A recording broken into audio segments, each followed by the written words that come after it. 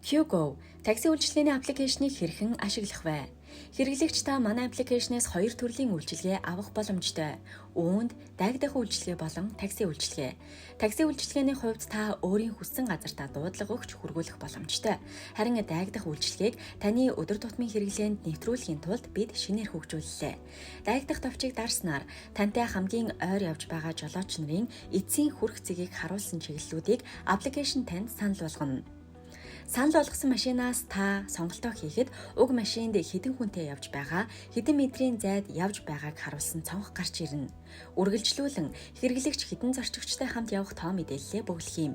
Ингээд баталгаажуулах товчийг дарснаар жолооч таны дуудлагыг хүлээж авах болно. Таныг дайх машин зам дагуу товлсон байршилд ирэх үед хүлээлэг байхгүй учраас жолооч таныг хүлээхгүйгээр хөдөлгөөнийг үргэлжлүүлнэ гэдгийг анхаарч хугацаагаа зөв тооцоолоорой.